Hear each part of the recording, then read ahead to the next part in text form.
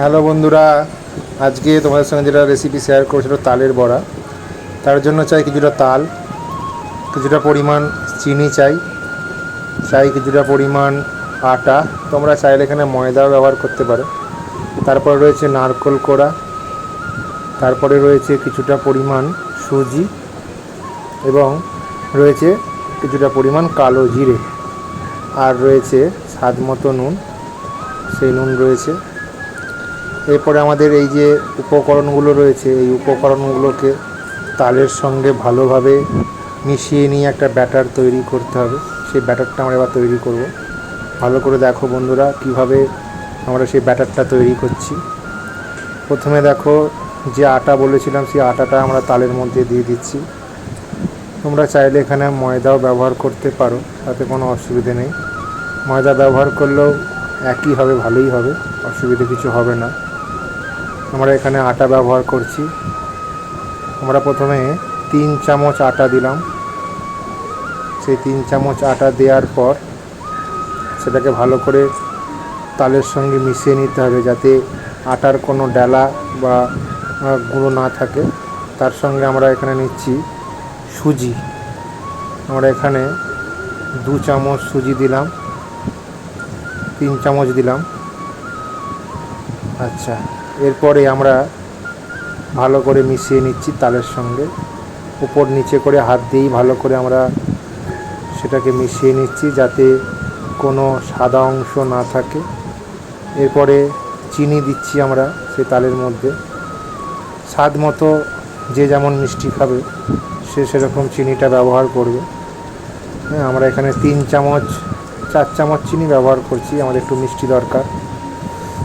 সেই চিনিটা নিয়ে তালের মধ্যে দিয়ে ভালো করে যতক্ষণ না চিনিটা গলছে ততক্ষণ পর্যন্ত সেই ব্যাটারটা রেখে দিতে হবে, ভালো করে মিশিয়ে নিতে হবে।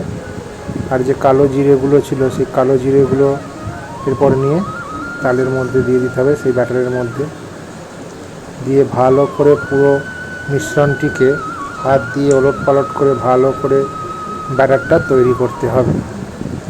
দেখুন বন্ধুরা, ব্যাটারটা তৈরি হচ্ছে, ব্যাটারটা তৈরি হয়ে গেছে, কি সুন্দর দেখতে হয়েছে।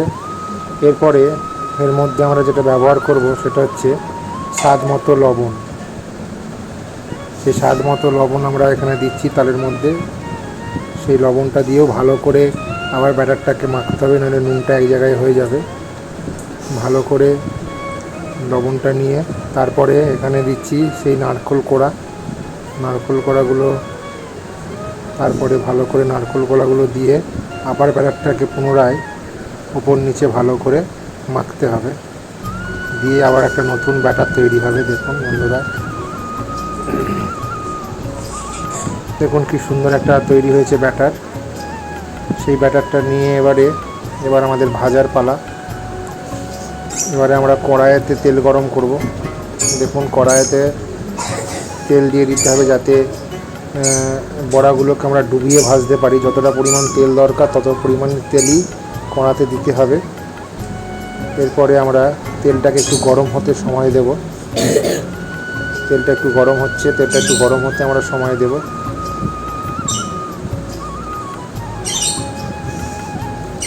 এরপরে সেই ব্যাটারটা নিয়ে আস্তে আস্তে গোল গোল বলের মতো করে আমরা সেই ডুবো তেলের মধ্যে এবারে দিয়ে দেবো।